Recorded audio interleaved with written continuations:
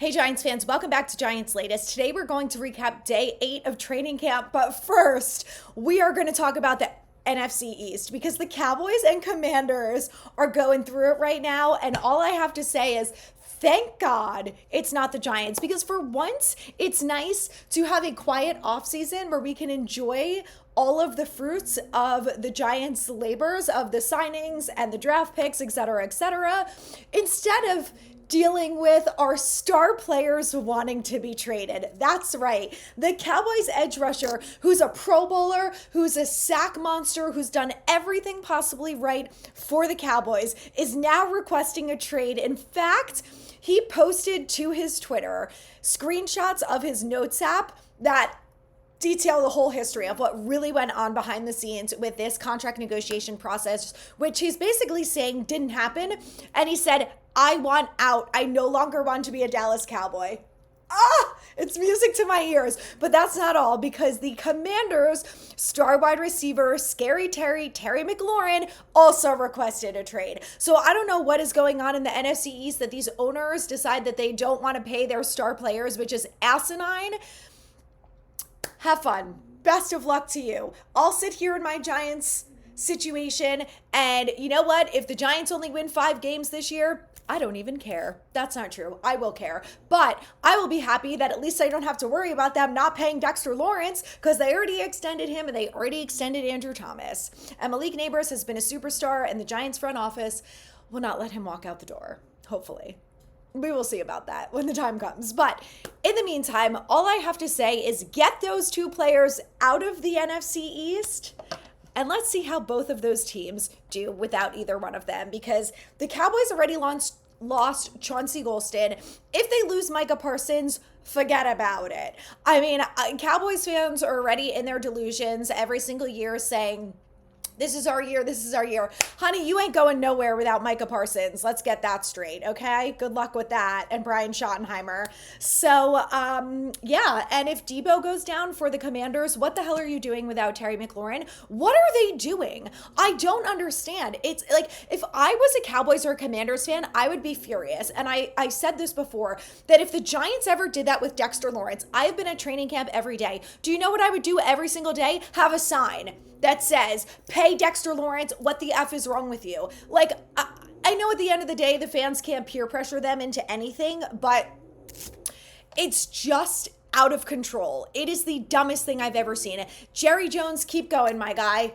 Keep going. Trade Micah Parsons, get him out of the division, and I will just be in my little corner thinking that maybe the Giants will finally beat Dak Prescott and the Cowboys this year. The good news for the Giants is that week 1, Commanders, potentially no Terry McLaurin. Week 2, Cowboys, no Micah Parsons.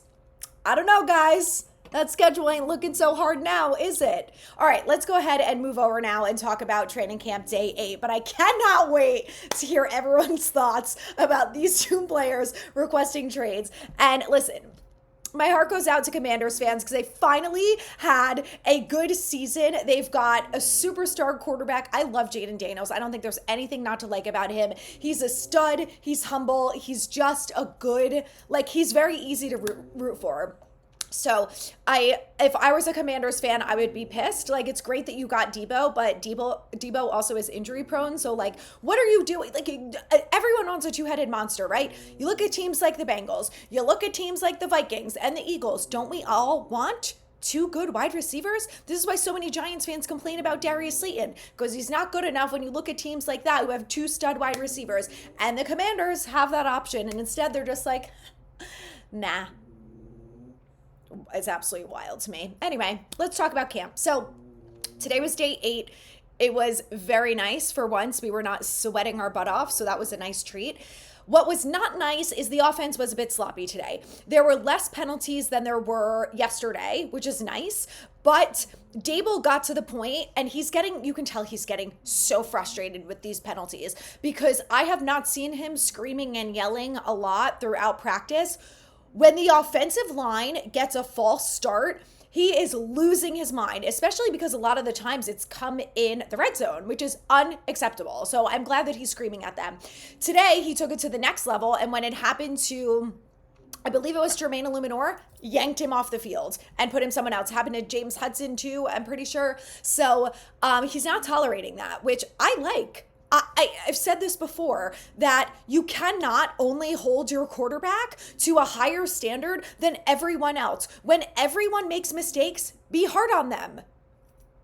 It drove me nuts last year with Malik Neighbors and the offensive line and all these different players who were getting the same penalties over and over again. It's unacceptable. We are never going to win games if we don't get out of our own way. So anyway, I'm glad that Dable is doing that.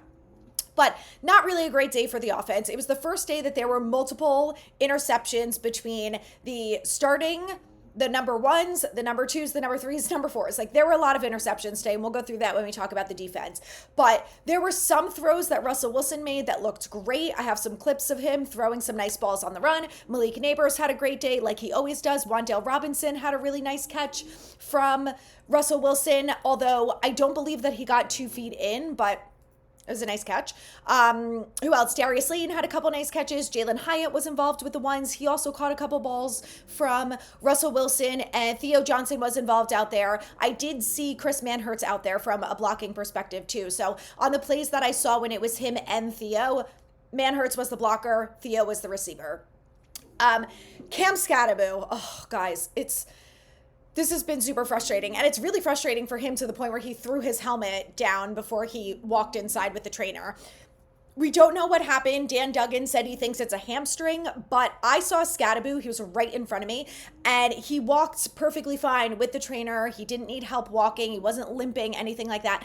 I just saw him like aggressively pulling his gloves off. So I don't know if it's hand related. I don't know. The team is back at practice tomorrow. I don't know if we'll get an update from Dable. He's like so anti about talking about the injuries. I don't know what the problem is. Like, it's camp, it's okay. But so anyway, really disappointing about Scatterbo. Everyone, keep your fingers crossed that he's okay. He's someone who's been having a really awesome camp. He's looked really great out there. He's been fun to watch. Nothing but good things to say about him. So in his absence with the ones, it was Tyrone Tracy and Devin Singletary. Those two got a lot of the snaps. And then with the twos, I saw a lot of Dante Miller, which you guys know I love Turbo. So I was really happy to see a lot of him involved with the twos. And then Rushawn Baker, I believe, was the other running back who got some snaps with the twos as well, but it was mostly Turbo. So hopefully we get an update on Scatterbo and he's okay. The pads were back on today, so there was more of a focus of the run blocking again. So I saw Evan Neal, who had some nice snaps, and then I saw Evan Neal, who had some not some nice snaps. So it seems like he's back in that spot where he's not super consistent. But again, like, there are plays where he looks great and other ones where he's just not fast enough and just gets destroyed by whoever it is. Like, I even saw one play where I'm 99% sure it was Bobby Okereke who just whiffed right by him. So, it kind of just depends, but I think he still needs more practice. I think the biggest test, and I've said this before, and I heard Justin Penning talking about this, and I was thinking the same thing. Like, we're at the point in camp where it's like, we need to see these guys against other players, because Evan Neal, I need to see him go against another defensive lineman. Like, there's so much hype about this Giants defensive line and how good they really are. And if they are as good as we expect them to be, maybe Evan Neal's not so bad. And maybe those plays that he has obviously are not great, but if he's going against a lot of other defensive lines in the league, maybe he would hold up well. I don't know. There are things that are so hard to tell, and it's the same thing with the run defense. So I will say, saw the offensive line make some nice blocks in the run game. They created some nice holes for Tyrone Tracy to run through, so it's nice to see that. And what else? I think that's all I had on. Oh, let's talk about Jackson Dart, and then we'll move over to the defense. So Jackson Dart looked really good in the beginning of practice, very accurate in the 11-on-11s, made some tight window throws. One of them was to the sideline. Dalen Cambry made a beautiful catch, perfect throw, really nice job. He had back-to-back, I think, like 10 or 15-yard throws to Daniel Bellinger. So the two of them looked really good today.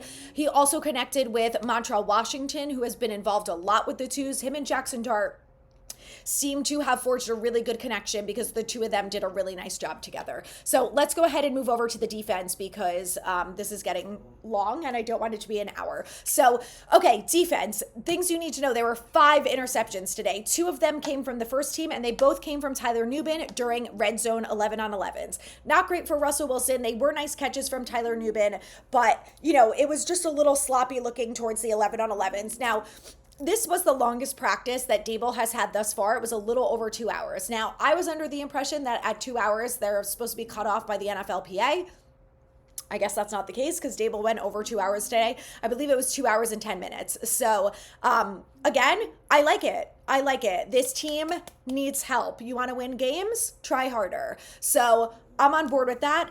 And that was, okay, so that was the case. So Tyler Newbin, 2 interceptions off Russell Wilson. Like I said, didn't look his best during those red zone drills. Then D. Williams, who's been relatively quiet from a cornerback perspective, he's been getting reps with the 2s and the 3s. When he was in with the 3s and the 4s, because I believe he had an interception off Jameis Winston and off of Tommy DeVito. It could have been 2 off of Tommy DeVito, but either way, he had 2 interceptions. He also had a pass deflection. So he's a guy that had a really nice day. That cornerback position is going to be very interesting. Speaking of, let's, hold on. Let me finish the interceptions, and then I want to talk about Tay Banks.